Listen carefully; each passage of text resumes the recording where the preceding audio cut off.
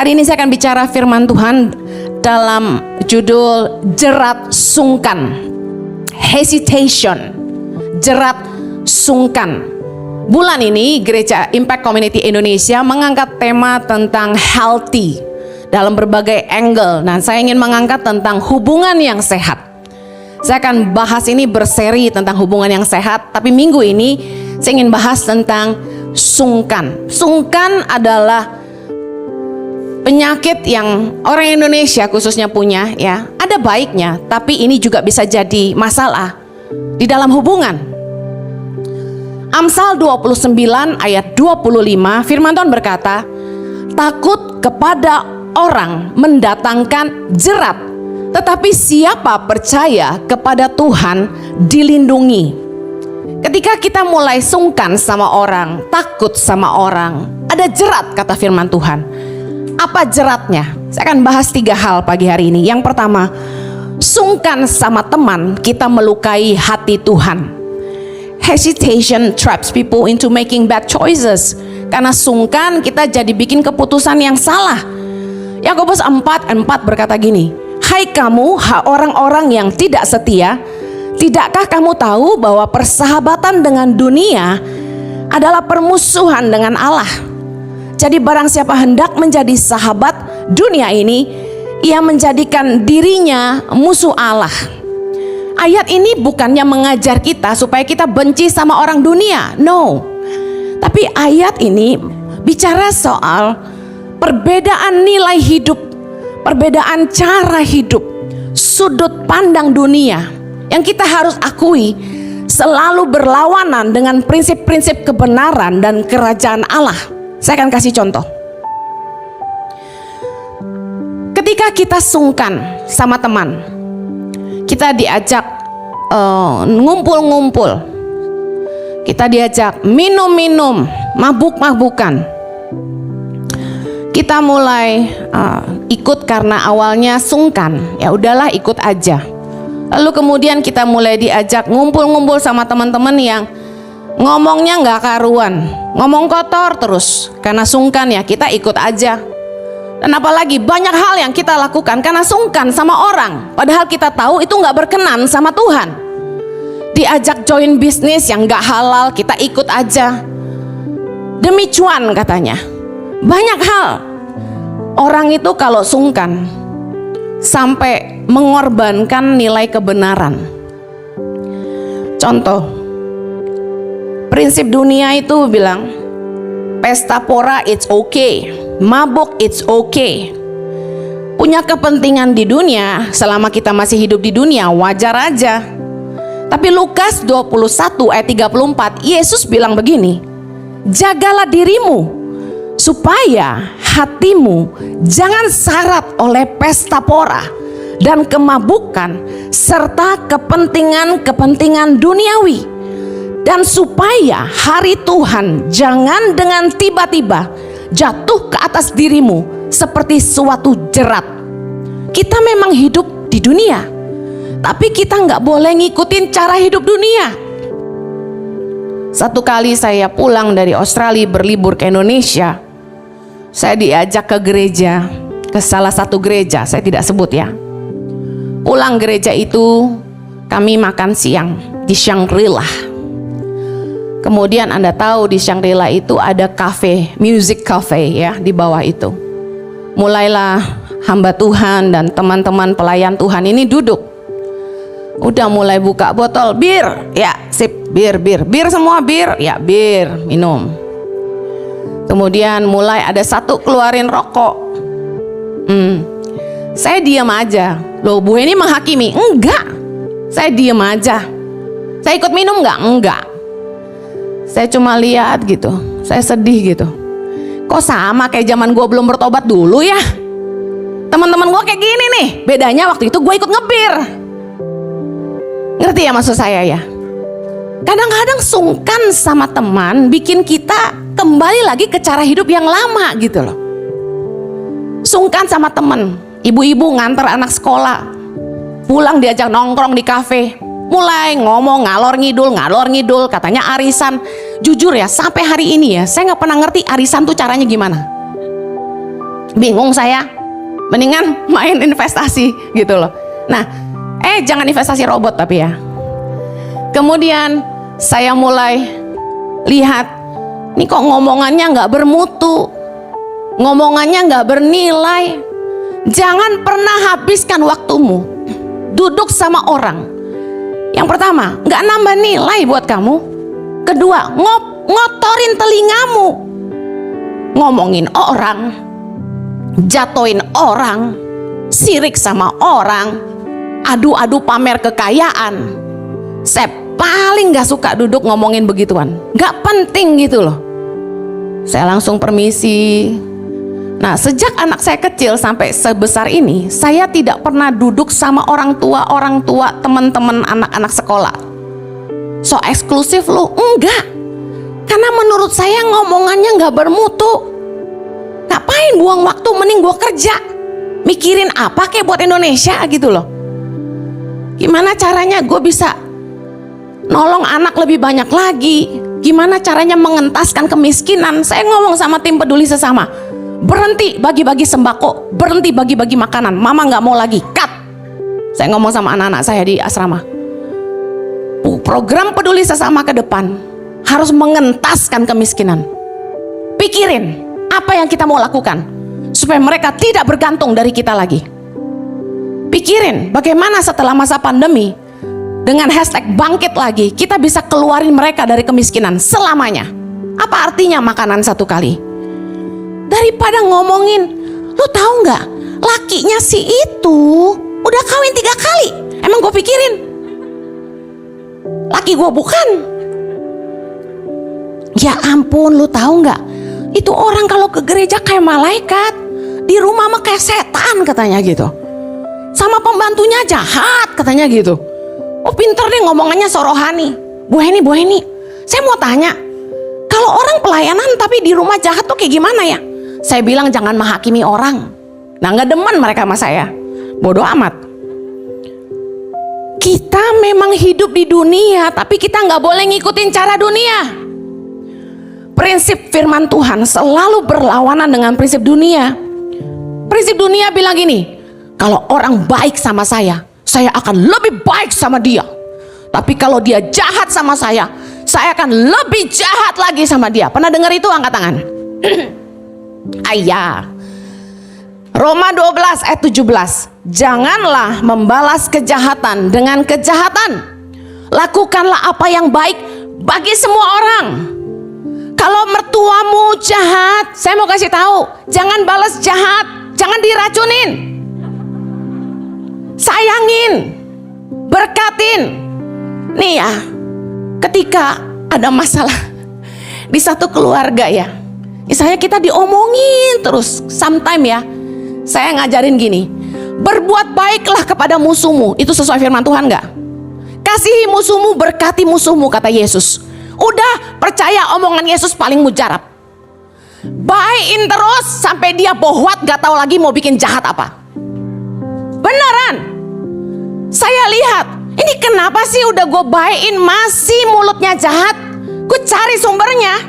Karena firman Tuhan bilang gini, usirlah si pencemooh, redalah pertengkaran. Saya coba cari, siapa nih biang kerok ini? Kenapa fitnah terus berjalan tiada henti bertahun-tahun? Saya mulai kasih duit. Saya kasih duit. Saban bulan kasih duit. Yes, kasih duit. Apa yang terjadi? Musuh-musuh kecilnya diperdamaikan dengan kita. Cari biang keroknya, berkati dia, antek-anteknya damai sama kita. Benar, saya ngalamin. Saya nggak berani ngomong di sini apa itu ceritanya. Nanti buah si malakama. Tapi percayalah, nabur kebaikan buat orang yang jahat sama kita, itu ajaran Yesus yang paling benar. Nggak bakal salah. Orang sampai pusing mau jahatin kita apalagi. Bapak Ibu pikir saya nggak tahu orang kanan kiri ada yang ngomongin kami, ada yang jahatin kami. Tapi saya nggak pernah bahas. Kata dunia gini, gamparin tuh mulutnya. Ngeri banget. Idenya bahaya. Makanya jangan bergaul sama orang yang kayak begitu. Idenya nggak bagus. Samperin, omelin.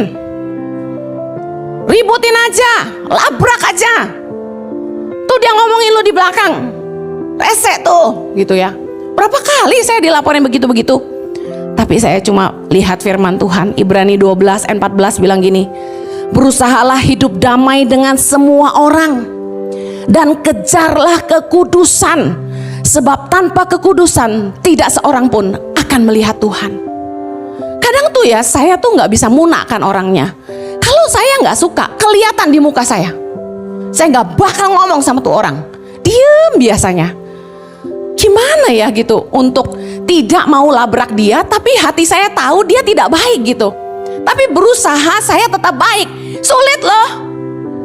Anda bilang munafik Bu Heni. Enggak, gue lagi mau taat sama firman. Firman Tuhan sama prinsip dunia beda. Kita gak bisa pakai cara dunia main labrak aja. Saya mulai diajak Tuhan berpikir panjang. Apa untungnya kamu tegur dia?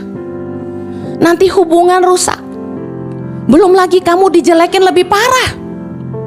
Hubungan yang rusak itu sulit dipulihkan. Udahlah, orang mau jahat sama kita, kita diam aja. Amin. Saya percaya Tuhan yang bela. Saya dapat ayat perjamuan kudus pagi ini, tadi ibadah pertama. Tuhan yang berperang ganti kamu. Kamu akan diam saja. Saya tutup mulut saya. Dijahatin, difitnah kanan kiri, saya tutup mulut. Biarin. Tapi percayalah, Tuhan itu akan bela kita kalau kita taat sama firman-Nya.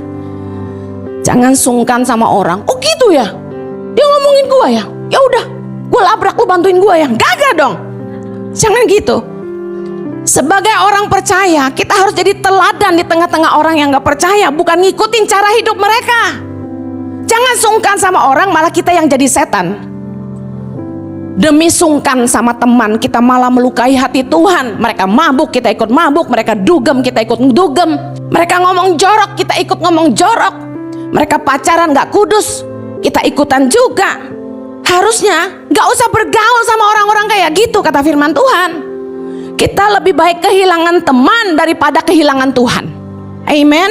1 Korintus 5 ayat 11 bilang gini, tetapi yang kutuliskan kepada kamu ialah supaya kamu jangan bergaul dengan orang yang sekalipun menyebut dirinya saudara adalah orang cabul, kikir, penyembah berhala, pemfitnah, pemabuk atau penipu. Dengan orang yang demikian janganlah kamu sekali-kali makan bersama. Rasul Paulus tegas banget. Udah, kalau kamu gak kuat, kamu mudah terpengaruh, jangan bergaul dengan mereka. Jangan jadi pahlawan kesiangan. Yang kedua, sungkan kepada orang membuat kita melukai hati orang-orang yang kita sayang. 1 Timotius 5 ayat 8 berkata, jika ada seorang yang tidak memeliharakan sanak saudaranya, apalagi seisi rumahnya, orang itu murtad dan lebih buruk daripada orang yang tidak beriman. Sungkan sama teman, keluarga jadi korban. Itu bukan bahasa baru. Biasanya kita lebih royal sama teman. Ciak terus bayarin teman makan mulu. Tapi di rumah sama istri pelit, sama orang tua pelit, sama pembantu pelit. Tapi di luar dermawan sekali. Sungkan membuat orang itu sulit berkata tidak, apalagi sama orang luar. Kenapa? Karena kita selalu pengen tampak kelihatan hebat di luar. Padahal orang rumah yang paling tahu aslinya kita. Sungkan membuat orang itu nggak bisa say no. Akhirnya kita terjebak dalam janji-janji yang terlanjur kita lepaskan. Akibatnya kita mengorbankan apa yang harusnya jadi prioritas dalam hidup kita. Coba cek WA Anda hari ini. Apakah Anda tergabung dalam banyak grup WA yang arahnya tidak sama dengan visi dan prioritas Anda? Coba, kenapa bisa ada banyak grup WA? Ngana sungkan. Sungkan saya ada satu grup doang yang saya sungkan. Karena dia add saya nggak enak left. Ternongol, ini Kristianus left. Satu doang, selebihnya gue left. Karena yang satu ini bersifat kebangsaan, ya udahlah, sesuai dengan tujuan hidup saya juga untuk jadi berkat bagi bangsa. Ya udah, saya diam di situ. Selebihnya saya nggak ada grup WA. Coba cek grupnya, kebanyakan nggak nyambung nggak sama visi sama tujuan hidup dan prioritas hidupmu. Kalau nggak, tuh kan sungkan kan. Cek waktu Anda. Waktu Anda itu habis mengerjakan dan bersama dengan orang-orang yang sevisi dan setujuan gak dengan Anda? Atau waktumu habis buang-buang percuma dan gak bangun apa-apa? Kayak saya dulu, khotbah sana sini, terus Tuhan tanya, Henny, apa yang kamu bangun? Nah lo, iya juga, COVID 3 tahun, say hello, tanya apa kabar aja gak ada. Itu orang yang kita gak perlu bersama mereka. Lihat orang-orang di lingkaran Anda. Apakah mereka orang-orang yang membangun bersama Anda? Kita kadang-kadang nggak ngerti prioritas. Giliran orang-orang yang membangun bersama kita, kita nggak take care. Tapi kita nyenengin orang-orang, kita ajak makan orang-orang yang alah cuma sungkan, cuma kelihatan kita hebat aja. Padahal nih yang harus diurus nih, muka-muka yang harus diurus nih. Pak Jojo lihat dulu. Yang harus diurus tuh yang orang-orang yang tuh di tengah tuh. Udah diajak ke Israel dia. Ya, tuh yang di belakang kamera, yang foto saya. Tuh ya. Ayo tepuk tangan buat volunteer di Impact Community Indonesia yang hebat. Ya, aduh. Saya sekarang udah nggak mau duduk-duduk makan-makan ngomong-ngomong nggak jelas sama orang. Gua mau makan sama orang-orang yang membangun bersama-sama saya. Waktu saya terbatas. Ngapain sibuk ngerjain yang gak penting? Nih orang-orang yang dengan sukarela, sukacita melayani gak dibayar. Saya mau habisin waktu saya buat mereka. Mendingan traktir mereka makan. Amin. Sungkan itu membuat kita tidak tajam. Say yes to everyone. Apakah uang Anda habis untuk hal-hal yang tidak membangun tujuan hidup Anda? Sungkan sama teman. Pulang kerja gak langsung pulang ke rumah. Bro, masih pagi, udah pulang. Takut bini loh. Nongkrong, minum dulu, makan dulu. Padahal istri di rumah nungguin. Udah siapin makan, gak dimakan. Anak udah nungguin. Sungkan sama temen, diajak hangout sampai larut malam, gak kabarin istri.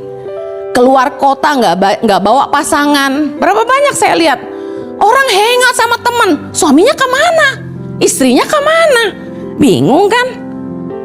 Sungkan itu membuat kita mengorbankan orang-orang yang kita sayang. Udah janji tiap Jumat malam quality time sama keluarga. Malah sibuk pelayanan, sibuk ketemu orang. Kok kenapa guys senggol-senggol? Jangan saling menuduh. Ya, Jumat malam udah janji waktu sama keluarga. Ya kan? Udah dong, harus komitmen dong Pak Jojo. Gak boleh terima panggilan pelayanan. Konseling juga dilarang. Soalnya punya papa sibuk, kasihan anak kalau gak punya waktu. Ini karena gereja sendiri terserah ya saya mau ngomong, betul gak? Kalian harus berdoa Pak Jojo tuh kasih saya waktu. Kenapa? Kalau rumah tangga kami runtuh, kalian mau jadi apa?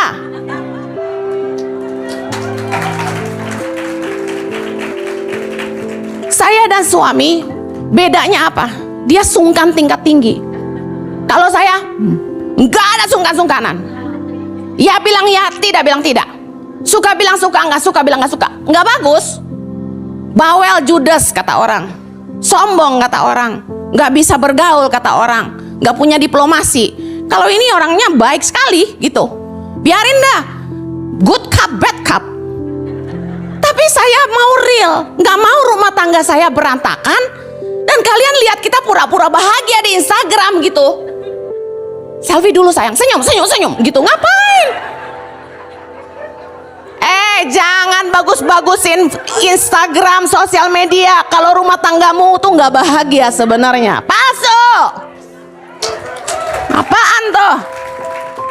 Lu nggak happy ya nggak happy, tapi nggak usah curhat di sosial media, apalagi sebarin foto suami marah-marah kemana-mana, jangan ya. Kalau marah kapan-kapan gue video nih, tapi buat ingetin, ayo kalau marah gue sebar nih ya. Nggak boleh jahat sama suami ya. Kita bercanda karena dia iseng banget, suka isengin saya, apalagi anaknya nggak ada di rumah, saya terus yang kena gitu. Tapi ini bener loh, satu tempo ya dalam pernikahan kami. Masalah ributnya kami itu cuma satu. menurut saya suami saya nggak ngerti prioritas. Terlalu nyenengin jemaat, terlalu nyenengin orang banyak, mengecewakan saya terus gitu loh. Harusnya Jumat malam makan sama saya sama anak-anak, tapi anak-anak komsel minta Jumat malam juga komselnya. Sampai gue omelin tuh anak-anak komsel. Saya bilang ya, pilih tuh anak komsel apa gua, gitu loh.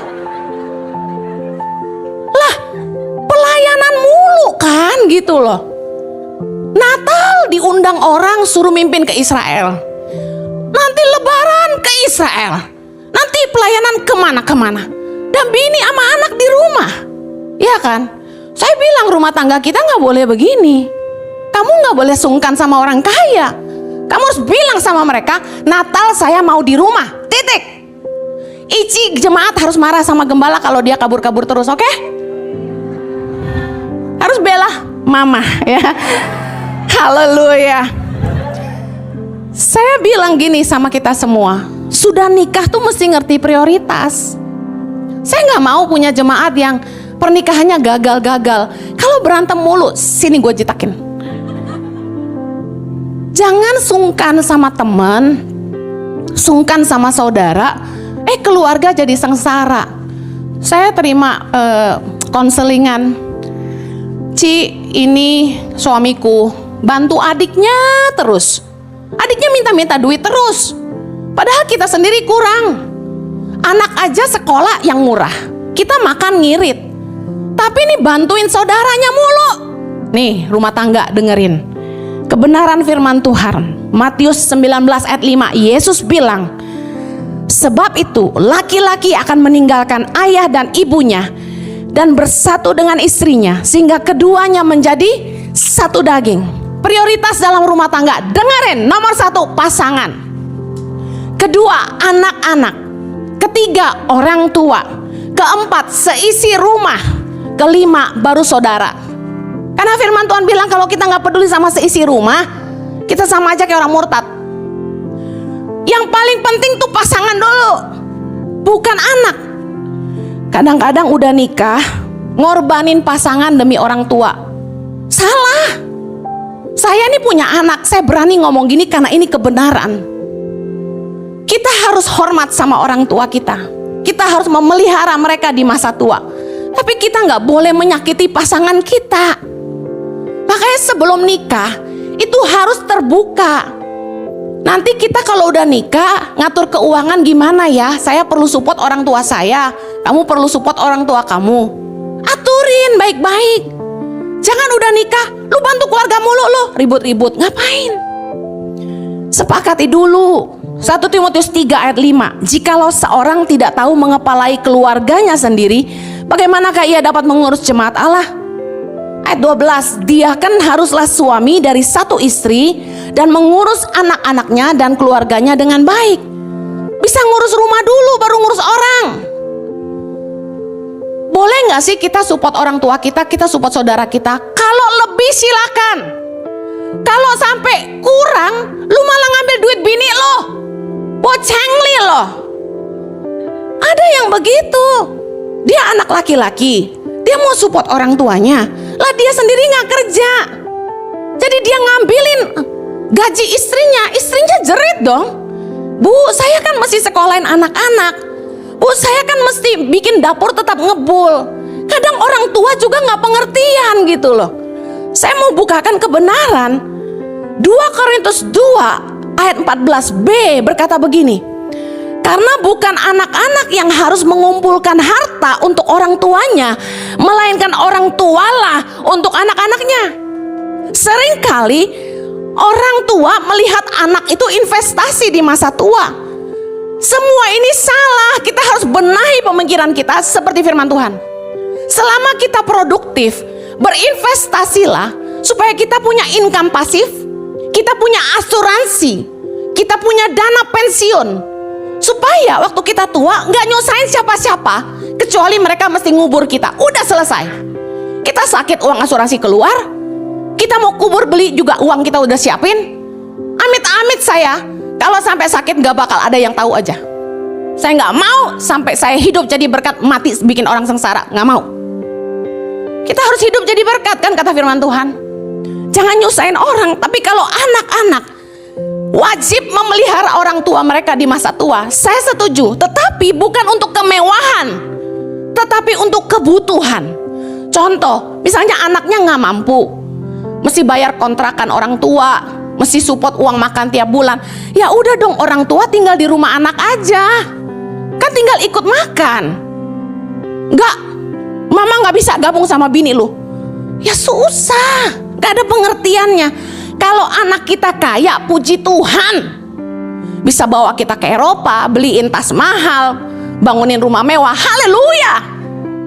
Tetapi kalau nggak bisa, kita sebagai orang tua juga nggak bisa ngasih harta, jangan jadi beban bikin anak-anak kita sengsara. Itu sih prinsip saya. Kalau nanti anak-anak saya udah besar, saya nggak mau bikin mereka susah. Kewajiban anak kepada orang tua adalah membalas budi orang tua, memelihara mereka di masa tua. Itu berarti apa? Jangan sampai mereka nggak bisa makan, jangan sampai nggak bisa berobat. 1 Timotius 5 ayat 4 bilang gini, tetapi jikalau seorang janda mempunyai anak atau cucu, hendaknya mereka itu pertama-tama belajar berbakti kepada kaum keluarganya sendiri dan membalas budi orang tua dan nenek mereka, karena itulah yang berkenan kepada Allah. Terjemahannya agak sedikit salah, harusnya berbalas budi orang tua dan grandparents, kakek nenek. Nah, artinya apa? Kalau kita mau jadi berkat, jangan sungkan sama orang sampai ngorbanin keluarga. Ayat 6-nya menarik, 1 Timotius 5 ayat 6 setelah ayat 4 tadi. Tetapi seorang janda yang hidup mewah dan berlebih-lebihan, ia sudah mati selagi hidup. Artinya apa? Kalau udah janda, anak pelihara, jangan bikin anak sengsara. Maunya yang mewah. Bahkan ada orang tua ya, mamah yang komen di Instagram saya, anaknya masih setor gajinya ke dia loh, karena dia yang udah sekolahin anaknya. Gak begitu, salah sekali. Suami istri harus sepakat, gak boleh bikin pasangan sengsara. Buat anak istri gak cukup, kita mau sok pahlawan nolongin orang lain. Bukan pendapat saya, ini kebenaran firman Tuhan. Sekali lagi, jangan sampai karena sungkan sama saudara, sama orang tua, keluarga sendiri sengsara. Firman Tuhan jelas ini. Yang terakhir, sungkan membuat orang tidak tegas. Amsal 27 ayat 5 berkata, lebih baik teguran yang nyata-nyata daripada kasih yang tersembunyi. Seorang kawan memukul dengan maksud baik, tetapi seorang lawan mencium secara berlimpah-limpah. Sahabat yang baik itu pasti tegur kita, bukan ngomongin kita. Orang yang benar-benar mengasihi kita, berani ngomong di depan kita apa adanya, bukan yang ngomongin kita di belakang. Teguran yang baik adalah didikan yang menyelamatkan. Jangan sungkan berkata tidak. Amsal 10:17 bilang, siapa mengindahkan didikan menuju jalan kehidupan, tapi siapa mengabaikan teguran tersesat. Jangan sampai karena sungkan kita melanggar aturan, kita enggak taat sama hukum. Harus tegas berkata tidak kepada permintaan dan tawaran apapun yang menyalahi kebenaran dan firman Tuhan. Saya mau tutup dengan kesaksian ini. Kadang-kadang rasa sungkan itu membuat kita itu say yes to hal-hal yang sebenarnya kita nggak boleh say yes gitu. Tapi karena sungkan, dia baik sama kita, dia udah pernah nolong kita, dia banyak nolong kita, sungkan lah. Biarpun itu melanggar aturan, orang karena sungkan mereka berani lakukan. Padahal harusnya kita nggak boleh. Karena sungkan orang jadi nggak tegas. Satu kali ada seorang donatur Yayasan Tangan Pengharapan. Dia sesekali nyumbang ke yayasan. Dia minta kami dari yayasan mengeluarkan sepucuk surat yang menyatakan bahwa barang-barang di kontainer yang beliau kirim dari China ke Indonesia merupakan barang donasi buat Tangan Pengharapan. Padahal Anda tahu, pastinya bukan. Kontainer itu isinya tabung-tabung oksigen. Waktu COVID semua orang mau beli mahal, betul nggak? Susah lagi.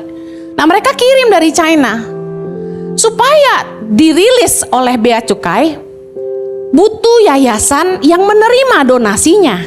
Dia nggak kena pajak dan dirilis barangnya. Dia suruh kami bikin surat itu. Sebelum mereka ada lagi company lain yang sudah menipu kami satu kali. Katanya mereka kirim APD dan masker, itu dia mau sumbangkan ke Tangan Pengharapan karena dia lihat kami bantu Indonesia, seluruh Indonesia dengan APD dan masker waktu itu. Katanya dia mau sumbang lewat kami, tapi dia akan sumbang juga lewat yayasan lain. Ya, apa salahnya kita bantu karena Indonesia sedang membutuhkan waktu itu. Kami keluarkan surat, kontainernya keluar. Yang dikirim ke kami sedikit sekali. Itu udah cukup jadi pelajaran buat saya. Orang bisa palsuin itu surat dengan ganti tanggalnya, fotokopi ganti tanggal. Tipek aja pakai itu, gampang kan? Nah, yang kedua kali ini berat sekali. Dia beri iming-iming kepada yayasan kami kasih free tabung oksigen 2 deh. Tapi keluarin suratnya. Hanya karena kamu donatur, saya mesti nurut kata kamu. Saya kasih tahu.